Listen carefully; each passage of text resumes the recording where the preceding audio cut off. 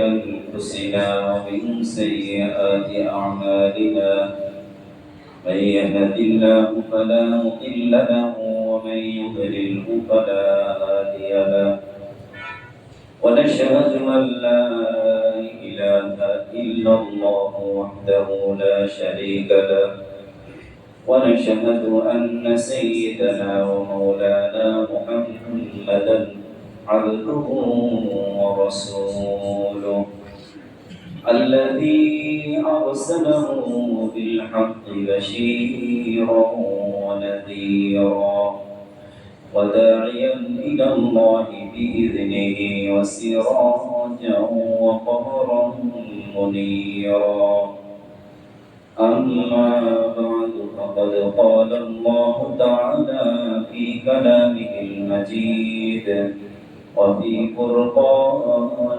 الحميد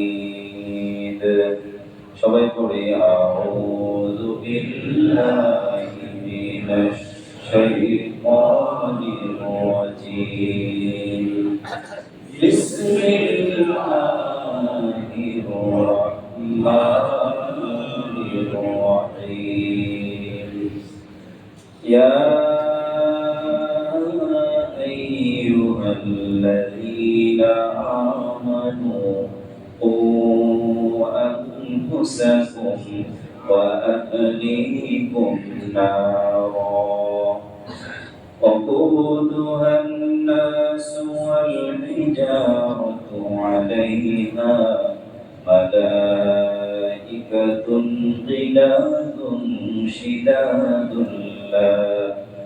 شداد لا يعصون الله ما أمرهم ويفعلون ما يؤمرون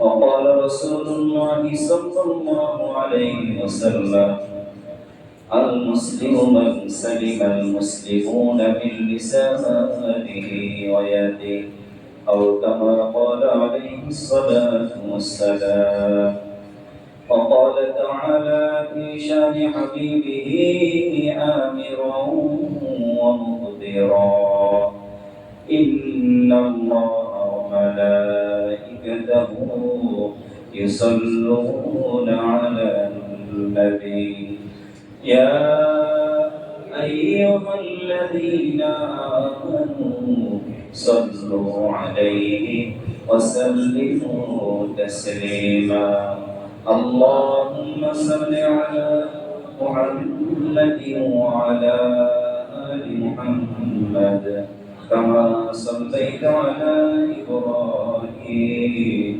وعلى آل إبراهيم إنك حميد مجيد اللهم بارك على محمد وعلى آل محمد كما باركت على إبراهيم وعلى آل إبراهيم إنك حميد مجيد بلغ العلا بكماله كشف الدجى بجماله حسنت جميع خصاله صلوا عليه وآله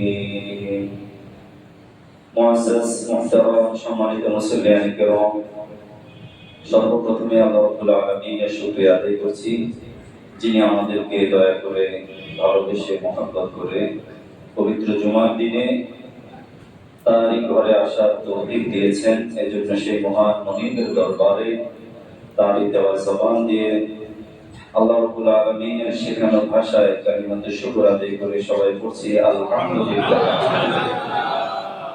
ربنا لك الحمد حمدا كثيرا طيبا مباركا فيه يا ربي لك الحمد كما ينبغي لجلال وجهك وعظيم سلطانك প্রশংসা করলাম কার সর্ব অবস্থায় সকল প্রশংসার একমাত্র মালিককে। সাথে সাথে সবাই আমরা দিন থেকে আমাদের প্রিয় নবীজির উপরে দুরূদ শরীফ পড়ি সাল্লাল্লাহু আলাইহি ওয়াসাল্লাম। আল্লাহ রাব্বুল আলামিনের উপরে তাওয়াক্কুল করে আল্লাহর প্রশংসা দিয়ে এবং নবীজির উপরে দুরূদ শরীফ পড়ে আমরা আমাদের আলোচনা শুরু করছি। কোরআনুল কারীমের সূরা তাহরিমের একটি আয়াত, অত্যন্ত গুরুত্বপূর্ণ একটি কথা আল্লাহ রাব্বুল আলামিন আমাদেরকে লক্ষ্য করে বলেছিলেন। তিনি বলেছেন যে তোমরা তোমাদের নিজেদেরকে বাঁচাও, পরিবারকে বাঁচাও জাহান্নামের আগুন থেকে, যে আগুনকে আমি প্রজ্বলিত করি মানুষ এবং পাথর দিয়ে, এবং সেখানে আমার আজ্ঞাবহ কিছু ফেরেশতারা আছে যারা আমার নির্দেশে অপরাধীদের উপরে শাস্তি প্রয়োগ করবে এবং প্রয়োগের ক্ষেত্রে তারা কিঞ্চিত অলসতা করবে না, আল্লাহ রাব্বুল আলামিনের অবাধ্য হবে না। এই আয়াতে কারিমায় আল্লাহ রাব্বুল আলামিন আমাদেরকে সতর্ক করছেন আমরা যেন সর্ব অবস্থায় নিজেদেরকে জাহান্নাম থেকে বাঁচিয়ে রাখি। তো সেজন্য আমরা কোরআন কারীমের আয়াতকে সামনে নিয়ে আমরা যাতে আল্লাহ রাব্বুল আলামিনের প্রিয় হতে পারি, আমাদের পারস্পরিক যে দূরত্ব রয়েছে সেটাকে যেন আমরা শেষ করে একে অপরের সাথে সৌহার্দ্য সম্প্রীতি বজায় রেখে ভ্রাতৃত্বের বন্ধনে একত্রিত হয়ে আমরা যেন জাহান্নামের আগুন থেকে সবাই নিজেকে রক্ষা করতে পারি, সেই মনোবাঞ্ছা আমাদের প্রত্যেকের দরকার আছে না নাই? আমাদের সবার প্রয়োজন আমরা যেন সবাই সম্মিলিতভাবে আল্লাহ রাব্বুল আলামিনের সন্তুষ্টি অর্জন করতে পারি। আল্লাহ রাব্বুল আলামিন পবিত্র কোরআনুল কারীমে মানুষের শান্তি, সম্প্রীতি, শৃঙ্খলা এবং মানবিক মূল্যবোধকে এত বেশি গুরুত্ব দিয়েছেন যেটি পৃথিবীর আর অন্য কোন ধর্ম, মতে অথবা অন্য কোন শাস্ত্রে এত চমৎকার, এত জ্ঞান গর্ব, এত বিশদ আলোচনা আছে নেই। একমাত্র আল্লাহ রাব্বুল আলামিন মানুষকে দুনিয়াতে পাঠিয়েছেন মানুষ যেন আল্লাহর সন্তুষ্টি নিয়ে দুনিয়াতে বেঁচে থাকে এবং এই পৃথিবীর সংক্ষিপ্ত সফর শেষে অবিনশ্বর এবং চিরস্থায়ী যে জগৎ রয়েছে, পরকালীন জগতে যেন মানুষ মুক্তির সনদ লাভ করতে পারে। আল্লাহ রাব্বুল আলামিন সেজন্যই আমাদেরকে দুনিয়াতে পাঠিয়েছেন। আর কোনো উদ্দেশ্য আছে? আর কোনো উদ্দেশ্য নেই।